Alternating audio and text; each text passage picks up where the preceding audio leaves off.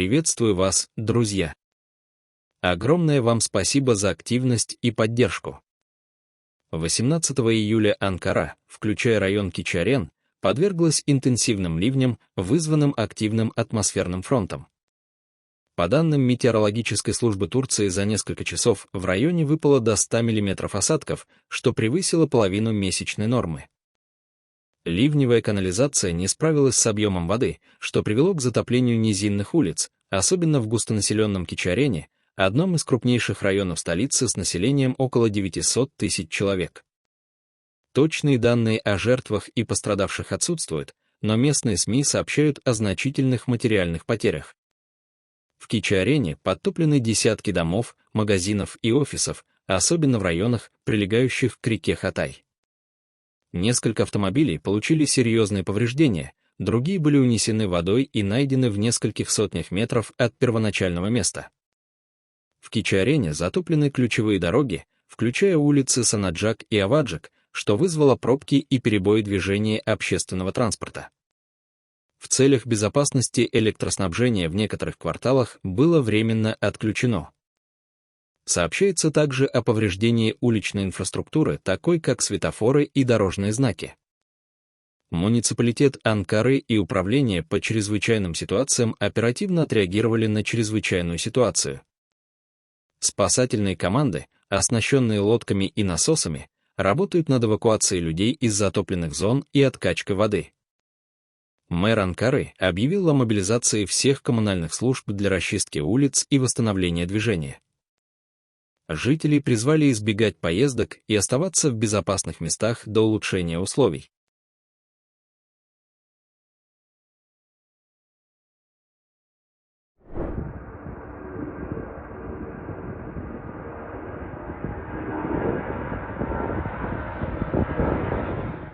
Пожар Крем в Центральном Орегоне стал крупнейшим действующим лесным пожаром в США, уничтожив более 38 тысяч гектаров и вызвав эвакуацию свыше 1300 человек.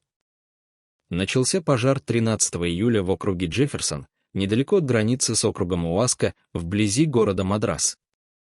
По данным Oregon State Fire Marshal, к 18 июля огонь охватил 38 159 гектаров, увеличившись почти на 12 140 гектаров за сутки. Пожар остается полностью неконтролируемым, что обусловлено сложным рельефом, сильными северо-восточными ветрами со скоростью до 40 км в час и низкой влажностью.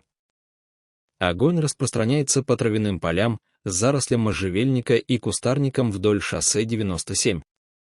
На данный момент пожар представляет угрозу для более чем 1200 зданий, из которых около 300 жилые дома. К 18 июля известно, что 4 дома были уничтожены огнем.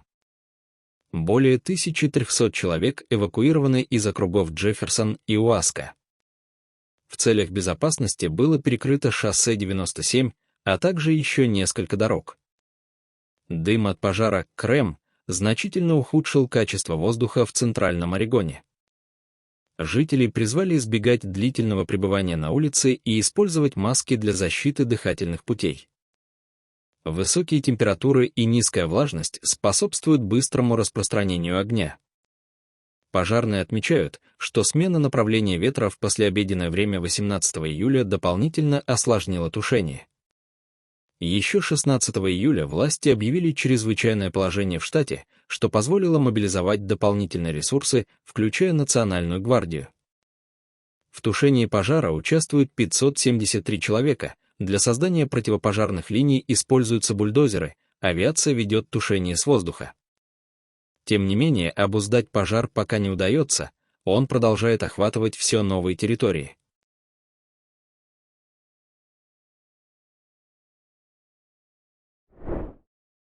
В Якутии продолжается ликвидация последствий сильного паводка, вызванного проливными дождями и подъемом уровня рек Индигирка, Куйдусун и Нера. За последние сутки спасатели МЧС освободили от воды 167 дворовых территорий, включая 10 жилых домов и участок дороги в 6 населенных пунктах.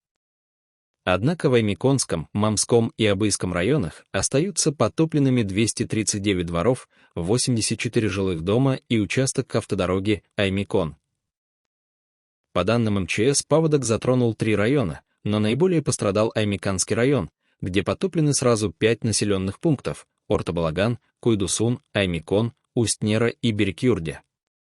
В селе Аймикон, известном как «Полюс холода», подтоплено около 70% территории, разрушены 7 деревянных мостов, размыты дороги. В ликвидации последствий стихии задействовано более 200 специалистов. Дополнительно 100 сотрудников МЧС находятся в резерве для реагирования на возможное ухудшение ситуации.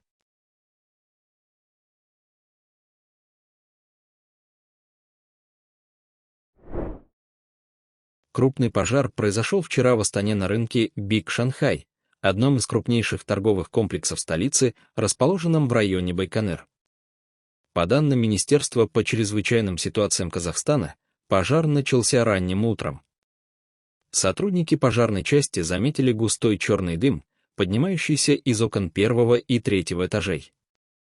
К моменту прибытия первых подразделений огонь уже распространился по всему зданию, площадь пожара превысила 30 тысяч квадратных метров.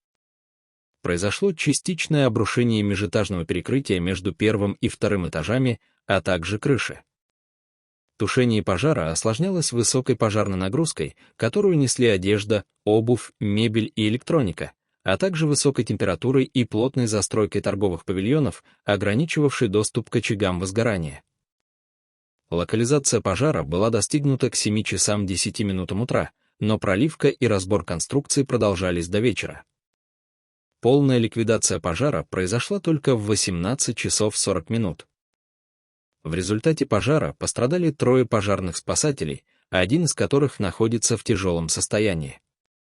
Всего к ликвидации возгорания привлекли 165 человек.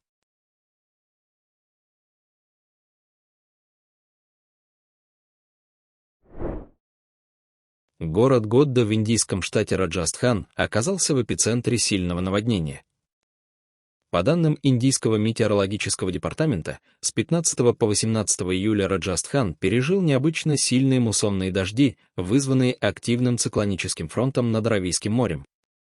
В районе Пали, где расположен Годда, за 24 часа с 17 по 18 июля выпало от 150 до 200 мм осадков, что более чем в 2 раза превышает среднюю июльскую норму для региона. Реки и водоемы, включая реку Лани, вышли из берегов и затопили низинные районы Годды. Наводнение также затронуло соседние районы Пали, включая города Джодхпур и Соджат, где аналогичные условия вызвали перебои в транспортном сообщении. В Годде затоплены десятки домов, особенно в низинных районах, прилегающих к реке Лани. Под водой оказались местные рынки, школы и небольшие предприятия. Сообщается о подтоплении около 50-70 домов в самом городе и окрестных деревнях. Размыты несколько дорог, включая участки шоссе, соединяющего Пали с Джодхпуром. Движение по местным дорогам в Годде ограничено из-за скопления воды и грязи. Повреждены линии электропередач, что привело к перебоям с подачей электроэнергии в некоторых частях города. Наводнение также уничтожило посевы на сотнях гектаров, включая проса, хлопок и бобовые. Фермеры уже сообщают о значительных убытках. В пострадавших районах спасательные команды проводят эвакуацию местных жителей. Временные убежища организованы в школах, где пострадавшим предоставляется все необходимое. Метеорологи, в свою очередь, прогнозируют продолжение дождей до 20 июля.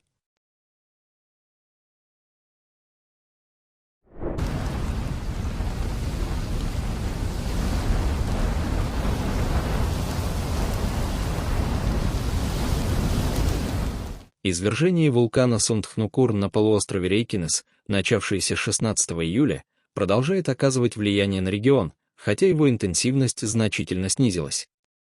По данным Исландского метеорологического управления, к утру 19 июля активность вулкана сосредоточена в центре трещины длиной около 2,4 километра, открывшейся в начале извержения. Вторая трещина длиной 500 метров, появившаяся к северу от Гриндавика, также продолжает выделять лаву, но в меньших объемах. За последние сутки интенсивность извержения снизилась, и основная активность ограничивается выбросами пара и пепла из-за контакта магмы с грунтовыми водами, что вызывает фреатомагматические взрывы. Спутник Sentinel-5 Европейского Союза фиксирует повышенные концентрации диоксида серы в атмосфере над Рейкинесом. Уровень газа в Гриндавике остается опасным для людей с респираторными заболеваниями. Жителям рекомендовано закрывать окна, использовать маски и избегать длительного пребывания на улице. Потоки лавы движутся преимущественно на запад и юго-запад, угрожая Гриндавику и геотермальной электростанции Свартсенге.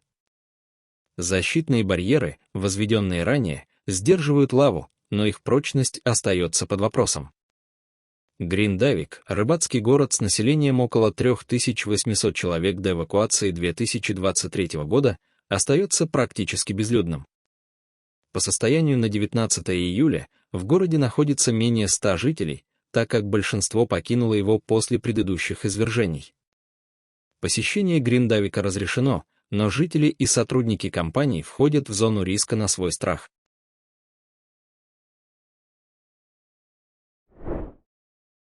Город Иб в Йемене пострадал от внезапного наводнения, вызванного сильными муссонными дождями.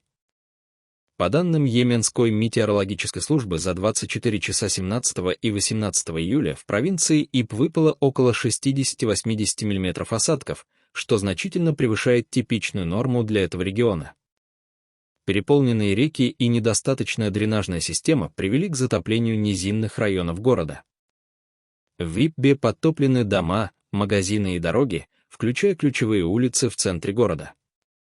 Пострадали от воды и сельскохозяйственные угодья. Значительные повреждения получила и инфраструктура города, часть дорог непроходима из-за грязи и обломков.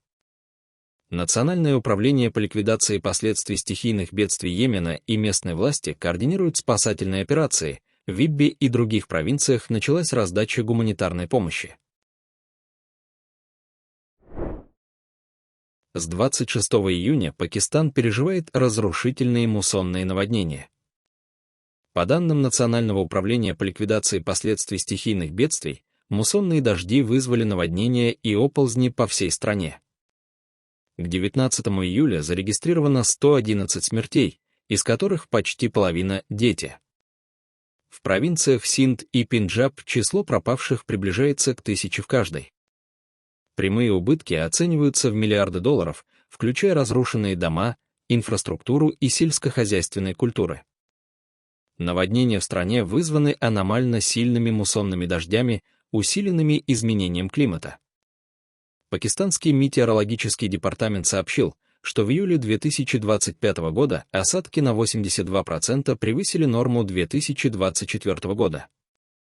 Повышение температуры Индийского океана и таяние ледников в Гилгит-Балтистане усилили паводки, особенно в северных регионах. Пакистан, вносящий менее 1% глобальных выбросов парниковых газов, остается одной из самых уязвимых стран к климатическим катастрофам. Недостаточная инфраструктура, включая слабые дренажные системы и незаконное строительство вблизи рек, усугубляет последствия.